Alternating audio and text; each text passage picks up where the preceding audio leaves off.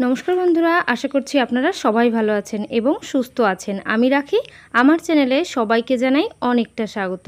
তো বন্ধুরা আমরা মেয়েরা সারা দিন সংসারে কাজকর্ম করতে করতে নিজেদের জন্য একটু সময় বের করতে পারি না। তাই আজ এমন ট্রিক নিয়ে চলে এসেছি যার ফলে আমরা নিজেদের জন্য একটু সময় বাঁচাতেই অবশ্যই পারবো। তো বন্ধুরা আমি চলে এসেছি আমার প্রথম টিপসে এখানে আছে কিছুটা আদা। আমরা বাজার থেকে যখনই আদা কিনে আনার পর সেই আদাগুলোকে যদি বাইরে রেখে দিই তাহলে আদাগুলো শুকিয়ে যায়, আর ফ্রিজেও রেখে দিলে বেশ কিছুদিন পর্যন্ত না ভালো থাকে, তারপর আবার খারাপ হয়ে যায়। তাই আমরা কি উপায় বের করব যার ফলে কিন্তু আদাগুলোকে দীর্ঘদিন রেখে খেতে পারবো। দেখবেন যখনই আদার কিন্তু প্রচুর দাম, যখনই একটু কম দাম হয় আমরা অনেকটা করে কিনে আনার চেষ্টা করি।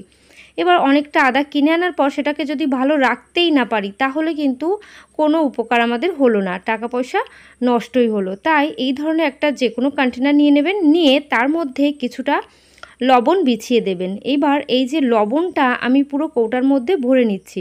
আমি এখানে 3টে আদার টুকরো দিয়ে দেখিয়ে দিচ্ছি, আপনাদের কাছে যত বড় এই কন্টেনার হবে সেই হিসাবে আদাটা রাখবেন। প্রথমে যেটা করবেন, আদাটাকে ধুয়ে ভালো করে শুকিয়ে মুছে নিতে হবে, কিন্তু আদার মধ্যে জল থাকলে হবে না। আর আদাটা এই জন্য ধুয়ে নিতে হবে, এই যে লবণটা আমরা নেক্সট টাইমে যেন আবারও ইউজ করতে পারি, তার জন্য আদাটাকে ধুয়ে নিতে হবে। এবার উপর থেকে আবার একটু লবণ দিয়ে দিলাম, দিয়ে এইবার এই কন্টেনারের মুখটা আমরা আটকে দেব। এইভাবে আটকে যদি বাইরেও রেখে দিই, এই লবণের মধ্যে থাকলে আদাগুলো কিন্তু 1 থেকে 1.5 সপ্তাহ ভালো থাকবে। আর যদি ফ্রিজের মধ্যে রাখি সেক্ষেত্রে 1 থেকে 1.5 মাস ভালো থাকবে। এইভাবে আদাগুলোকে একটু স্টোর করবেন, দেখবেন অনেকটা দিন পর্যন্ত আপনারা সেই আদাগুলোকে রেখে রেখে খেতে পারছেন। আমাদের টাকা পয়সা ফালতু খরচাও হচ্ছে না, নষ্টও হচ্ছে না। যে অনেকটা কিনে আনার পর যে নষ্ট হয়ে যায় না, সেই সমস্যাটাও আমাদের আর হবে না। তো আশা করছি বন্ধুরা আমার এই টিপসটা আপনাদের অনেকটা কাজে আসবে, অনেকটা ভালো লেগেছে। চলে এলাম পরবর্তী টিপসে দেখবেন বাজার থেকে যখনই কোনো মশলাপাতি খাবার দাবার কিছু কিনে আনি এই ধরনের প্লাস্টিকগুলো এসে যায়। তো এই প্লাস্টিক ব্যাগগুলো আমরা যদি এইভাবে দলামোচা করে এক জায়গায় রেখে দিই সেই জায়গাটা দেখতে বড্ড খারাপ লাগে। এবার এগুলোকে আমরা কি উপায়ে ছোট্ট ছোট্ট ভাঁজ করে নিতে পারি তারই ছোট্ট একটা টিপস শেয়ার করব। দেখবেন এই প্লাস্টিক ব্যাগগুলো আমরা কিন্তু আবার এখান থেকে ওখানে নিয়েও যাই, যখন বাইরে কোথাও যাচ্ছি তখন সঙ্গে কিছুটা নিয়েও যায়, যে প্রয়োজনীয় কিছু যদি আমাদের নিতে তখন এই ব্যাগের মধ্যে যদি আমরা প্লাস্টিকগুলোকে এমনিভাবে রেখে দিই তাহলে অনেকটা জায়গা নষ্ট হয়। তাই কি উপায়ে আমরা ছোট ছোট ভাঁজ করে নিতে পারি, আমি কিভাবে কাজটা করছি এভাবে দেখবেন। দেখার পর এই কোণার দিকে একটু মুড়িয়ে দেবেন। প্রত্যেকটা কোণায় কোণায় আমরা এইভাবে মুড়ে যখন যাব না, দেখবেন ছোট্ট একটা ফোল্ড কিন্তু তৈরি হচ্ছে। তো বন্ধুরা আমি কিভাবে করছি এইভাবেই কিন্তু কাজটা করতে হবে। দেখতেই পাচ্ছেন এইখানে একটা কোণার দিকে একটা ভাঁজ দিচ্ছি, আমি আবারও দেখিয়ে দিচ্ছি। এই যে কোণার দিকে একটা ভাঁজ দিলাম, সেই কোণাটাকে আবারও ভাঁজ দিলাম। এইভাবে একের পর এক কোণাগুলোকে ভাঁজ করতে করতে আমার উপর দিকে চলে যেতে হবে।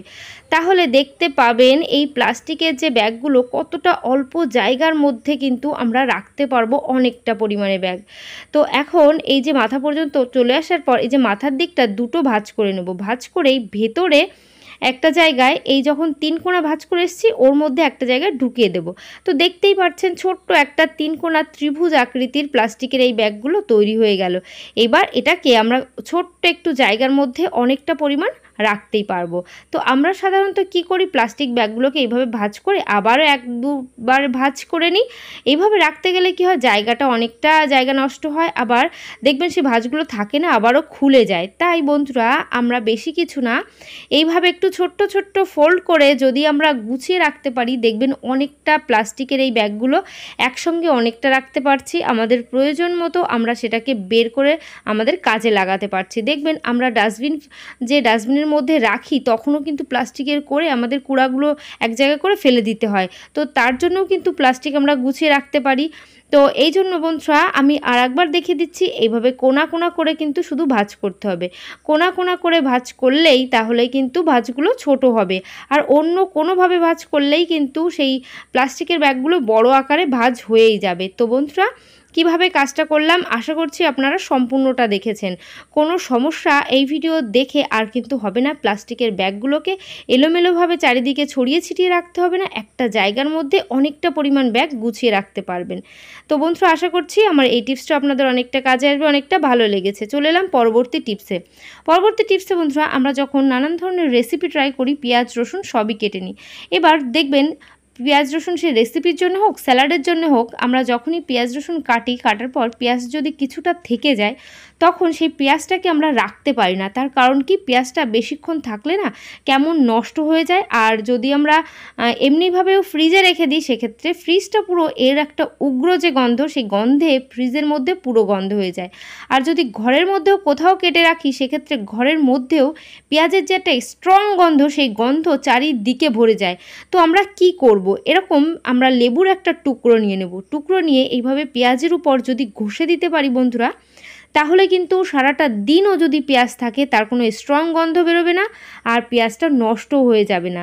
পেঁয়াজ কিন্তু কেটে রাখলেই নষ্ট হয়ে যায়, সেটা নেক্সট টাইমে আমরা কিন্তু আর ব্যবহার করতে পারি না। তো এই যে লেবুর সাহায্যে এই পেঁয়াজগুলোকে 12 ঘন্টা পর্যন্ত আমরা ভালো রাখতে পারি কাটার পরও। তো বন্ধুরা দেখতেই পাচ্ছেন ছোট্ট ছোট্ট টিপসের মাধ্যমে এই সমস্ত কাজকর্মগুলোকে যদি আমরা একটু ফলো করে করতে পারি তাহলে আমাদের অনেকটা টাকা পয়সা নষ্ট হওয়ার হাত থেকেও কিন্তু বেঁচে যাবে। তো বন্ধুরা আশা করছি আমার এই টিপসটাও অনেকটা কাজে আসবে, অনেকটা ভালো লেগেছে। চলে এলাম পরবর্তী টিপসে বন্ধুরা এখানে আছে কিছুটা জামা কাপড়। আমরা বাড়িতে যদি ছোট বাচ্চা থাকে ওদের অনেক জামা কাপড় হয়। এইবার এখন যেহেতু বর্ষার সিজন শুরু হয়ে গেছে, সে জামা কাপড় তো শোকাতেই চায় না, রোদ ভালো আসে না। তো সেই রোদ না হওয়ার কারণে সেই ভিজে বর্ষার মধ্যে হালকা হালকা হাওয়াতে যখন জামা কাপড়গুলো শোকায় না, খুব একটা রোদ যখন না পায় তখন জামা কাপড় তো শুকিয়ে যায় হাওয়ায় হয়, কিন্তু জামা কাপড় থেকে বাজে একটা গন্ধ আসতে শুরু করে। তো এইভাবে আমরা কি করব যার ফলে আমাদের জামা কাপড় থেকে সেই বাজে দুর্গন্ধটা আসবেও না। এমনিতেই অনেক কষ্ট করে আমাদের জামা কাপড়গুলো শোকাতে হয় বর্ষার দিনে। তো আমরা কি করব, এখানে জামা কাপড়গুলোকে কিন্তু উল্টো ভাঁজ করে নিই, মানে উল্টোভাবে করে নিয়েছি, ভাঁজ করিনি এখনও, উল্টো করে নিয়েছি। তার কারণও বলবো। এবার যে কোনো একটা সুগন্ধি পাউডার নিয়ে নিতে হবে। সেই যেসব জামা কাপড়ে দেখবেন গন্ধ আছে সেই গন্ধের মধ্যে, মানে গন্ধ জামা কাপড়ের মধ্যে আমরা যদি এইভাবে একটু পাউডার স্প্রে করে দিতে পারি, মানে ছড়িয়ে দিতে পারি, ছড়িয়ে দেওয়ার পর এই টি শার্টটাকে আমরা যদি ভাঁজ করে রাখি তাহলে দেখবেন সেই জামাটাকে যখনই নেক্সট টাইমে আমরা বের করে পরবো তখন এর মধ্যে থেকে সেই বাজে গন্ধটা কিন্তু আর আসবে না।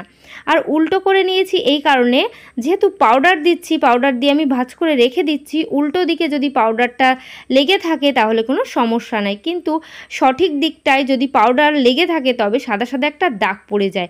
তো এইভাবে পাউডার দিয়ে আমরা হাত দিয়ে একটু এভাবে ঘষে নিচ্ছি, ঘষে নিয়ে জামা কাপড়গুলোকে কিন্তু ভাঁজ করে দিচ্ছি। সে যে জামা কাপড়ই হোক না কেন এইভাবে পাউডার ছড়িয়ে একটু ভাঁজ করে নেবেন, তাহলে দেখবেন বেশ কিছুক্ষণ পরও যদি এটা বের করে পরেন তাহলে সেই জামা কাপড় থেকে বাজে গন্ধ কিন্তু আর আসবে না।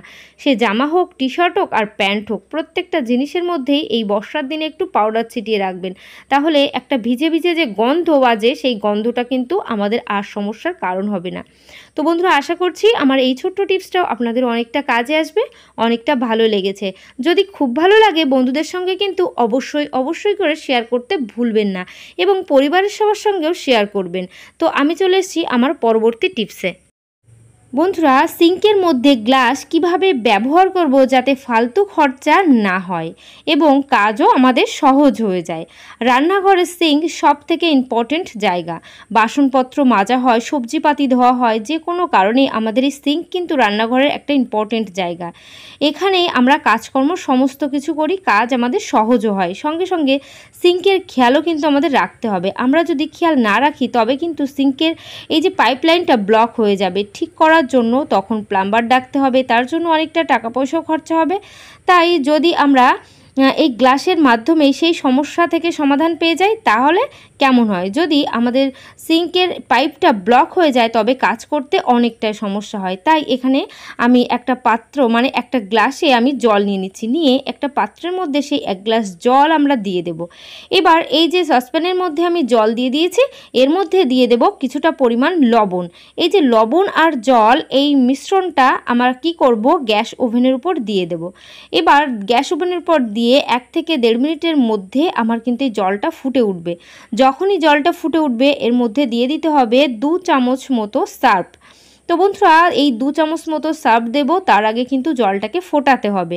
তো জলটা আমার ফুটে উঠেছে, ফুটে ওঠার পর আমি আন্দাজ করে আমি এখানে 2 চামচ মতো সার্ফ দিয়ে দিলাম। সার্ফ দেওয়ার সঙ্গে সঙ্গে দেখতেই পাচ্ছেন অনেকটা ফেনা হয়ে গেছে। এবার এটাকে বন্ধ করে দেব। বন্ধ করে আমরা কি করব, এটাকে আমাদের যেখানে ব্লক হয়ে গেছে পাইপলাইনটা, ঠিক সেই ব্লক হওয়ার জায়গাটায় এই পাইপলাইনের মুখে কিন্তু সার্ফ, লবণ এবং এই গরম জলটার মিশ্রণ আমরা কিন্তু এখানে ঢেলে দেব। এইভাবে মিশ্রণটা ঢেলে দেওয়ার পর এটাকে কিন্তু আমরা এখন আর কোনো কাজে ব্যবহার করব না। এবার এর মধ্যে আমাদের কিন্তু একটা কাজ করতে হবে, আমাদের এর মধ্যে দিয়ে দিতে হবে হারপিক।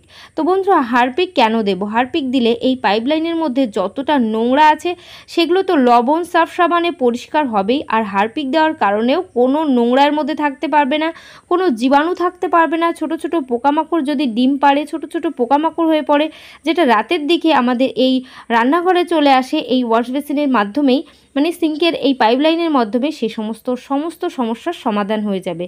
আমরা এই হারপিকটা দেওয়ার পর 20 মিনিট পর্যন্ত এই সিঙ্কটাকে কিন্তু ব্যবহার করব না।